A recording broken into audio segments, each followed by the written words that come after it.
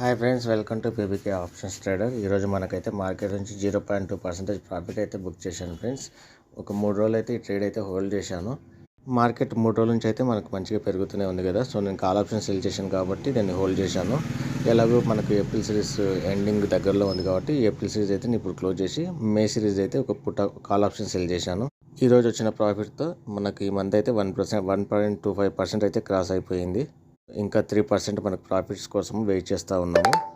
చూద్దాం మనకు నెక్స్ట్ 2 వీక్స్లో మనకు ఎలాంటి రిజల్ట్స్ ఇస్తుంది మార్కెట్ అనేది. ఈ చిన్న చిన్న ప్రాఫిట్స్తోనే మనం కంటిన్యూగా గ్రీన్లో ఉంటే చాలా సంతోషం.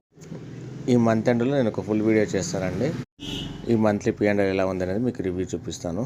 ఈ మంత్ కూడా మనం 85,000తో క్యాపిటల్తో స్టార్ట్ చేసాం కాబట్టి ఈ మంత్ అయితే మనం 5% ఎక్స్పెక్ట్ చేస్తున్నాం కదా. సో రిమైనింగ్ 3% కంప్లీట్ అయిపోయాక నేను మంత్లీ వీడియో అయితే ఒకటి ఫుల్ వీడియో అప్లోడ్ చేస్తాను.